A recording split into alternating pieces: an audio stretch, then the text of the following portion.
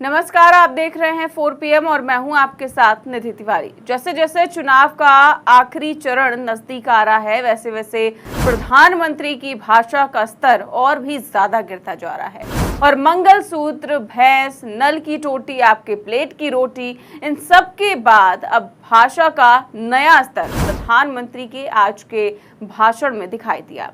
बिहार की चुनावी रैली में पीएम मोदी ने आज जिस तरह की भाषा का इस्तेमाल किया, उसे सुनकर ऐसा लगता है कि शायद पीएम मोदी भूल गए कि वो प्रधानमंत्री हैं और उनके पद की कुछ गरिमा होती है। आज तो प्रधानमंत्री ने सारी हदें पार कर दी और मुजरे वाली भाषा पर उतर आए।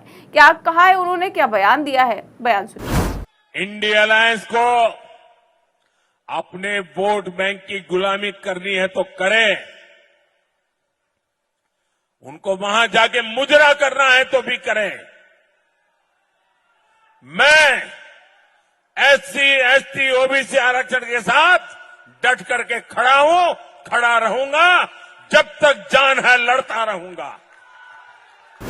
तो पीएम मोदी की भाषा सुनिए आपने। इंडिया गठबंधन मुजरा करना चाहे तो करे, मतलब इस तरह की भाषा पर उतर आए हैं और चुनाव आयोग तमाशा देख रहा है। कायदे से चुनाव आयोग को ऐसे बयानों पर एक्शन लेना चाहिए, लेकिन अगर चुनाव आयोग ने मंगलसूत्र वाले बयान पर एक्शन लिया होता तो पीएम मोदी भैंस छीनने और मुजरा करने वाली भाषा तक पहुंचते ही नहीं। खैर, प्रधानमंत्री की ऐसी भाषा की सोशल मीडिया पर जमकर आलोचना हो रही है और हर कोई इसकी निंदा कर रहा है कि आखिरकार प्रधानमंत्री इस तरह की भाषा कैसे बोल सकते हैं। और केवल प्रधानमंत्री ही नहीं, कोई आम जो नेता है, जो छोटे से छोटा नेता है, वो भी सार्वजनिक मंच से इस तरह की भाषा, जो कि हम अपने बच्चों के सामने इस तरह की भाषा का प्रयोग नहीं कर सकते हैं, लेकिन जो है प्रधानमंत्री सार्वजनिक मंच से इस तरह की भाषा का प्रयोग कर रहे हैं। इस पर लोगों ने कड़ी टिप्पणी की है। इस पर राफेल गांधी ने ट्वीट करते हुए लिखा कि कोई इसी भाषा में जवाब दे देगा तो रो रो कर टब भर देंगे साहब, और नोएडा मीडिया पोछा मारती रहेगी 1 हफ्ते तक।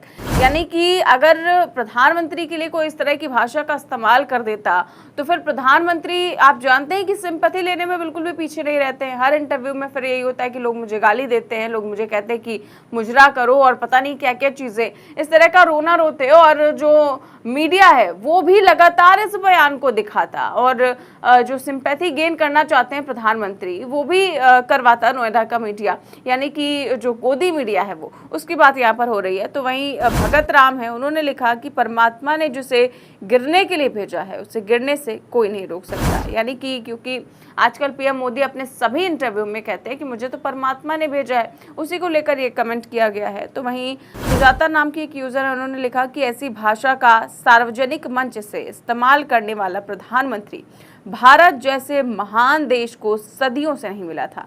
बधाई हो माताओं बहनों, भाइयों बहनों, असल भाजपाई संस्कारों का प्रदर्शन अब सार्वजनिक मंच से हो रहा है। तो ये इन्होंने लिखा हुआ है कि जिस तरह की भाषा का इस्तेमाल आज प्रधानमंत्री ने किया है, वो सदियों से नहीं देखने को मिला कि किसी भी प्रधानमंत्री ने इतनी गरिमा से नीचे जाकर इस तरह का भाषण दिया हो। तो वहीं कांग्रेस प्रवक्ता श्रीनिवास बीवी लिखते हैं कि मंदिर, मस्जिद, मटन, मछली, मंगलसूत्र के बाद अब बात मुजरा पर आ चुकी है। लगता है साहिब आलम ने ये वाला भाषण संजय लीला भंसाली की हीरा मंडी देखकर दिया है। तो वहीं पत्रकार हैं अनिल शारदा, उन्होंने ट्वीट करते हुए लिखा कि चुनाव प्रचार और प्रधानमंत्री की भाषा इतने निचले स्तर पर पहुंच जाएगी, ये कल्पना से परे था। वोटर आखिर इस तरह की भाषा से कैसे उत्साहित हो सकता है। दुख चुनाव आयोग के लिए हो रहा है। कितना बेबस है चुनाव आयोग कि कोई एक्शन तक नहीं ले पा रहा है। तो इन्होंने लिखा है कि प्रधानमंत्री की भाषा इतने निचले स्तर पर पहुंच जाएगी, ये कल्पना किसी ने भी नहीं की थी। और आखिर इस तरह की भाषा से वोटर किस तरह से उत्साहित हो सकता है। और दुख सच में इस बात का हो रहा है कि चुनाव आयोग इस पर कोई एक्शन नहीं लेता। तो वहीं एक अश्विनी सोनी नाम की यूजर है, उन्होंने लिखा कि असभ्य भाषा देखिए, फिर ये रो रो कर कहेंगे कि मुझे 3 किलो गाली दी गई, 4 किलो गाली दी गई है, इलेक्शन कमीशन संज्ञान। तो ये भी इन्होंने कटाक्ष करते हुए लिखा है। तो वहीं पीएम मोदी के ऐसे बयान पर कांग्रेस प्रवक्ता पवन खेड़ा ने भी वीडियो जारी कर क्या कुछ कहा है, बयान सुनिए। आज प्रधानमंत्री ने फिर से उनकी ज़बान फिसली या क्या कहें अब समझ में नहीं आ रहा, क्योंकि इनकी शायद आदत नहीं है धूप में जाकर प्रचार करने की। राहुल गांधी की तो आदत है 4000 किलोमीटर वो पैदल चले। प्रधानमंत्री को शायद अब प्रचार से थकान बढ़ गई है।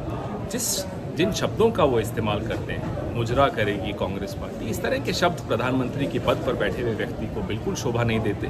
प्रधानमंत्री को मुझे लगता है अब आराम की ज़रूरत है, और मैं अमित शाह जी और नड्डा जी दोनों से आग्रह करूंगा, अगर आपकी थोड़ी सी भी वो सुनते हों तो उनका तुरंत इलाज कराएं। उनको इलाज की आवश्यकता है। नरेंद्र मोदी जी थक चुके हैं, बीमार हैं। धन्यवाद। तो इस तरह से तमाम लोगों ने पीएम मोदी के इस बयान की आलोचना की है, जो उन्होंने मुजरे वाली भाषा का प्रयोग किया है उसकी आलोचना की है। और पीएम मोदी कहते हैं कि उनके लिए संविधान सर्वोपरि है। अगर संविधान सर्वोपरि है तो फिर उसी संविधान में चुनाव लड़ने के नियम, कायदे, कानून भी बताए गए हैं।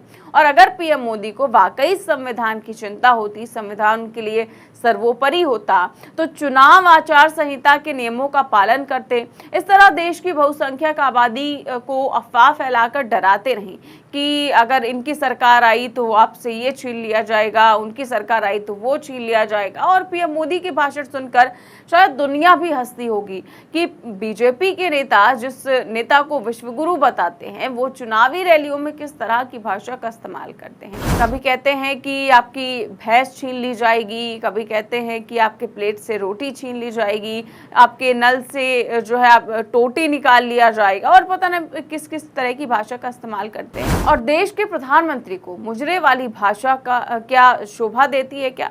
इस पर आपकी क्या राय है? हमें कमेंट बॉक्स में जरूर बताएं। चैनल को सब्सक्राइब भी करें और ज्वाइन भी करें।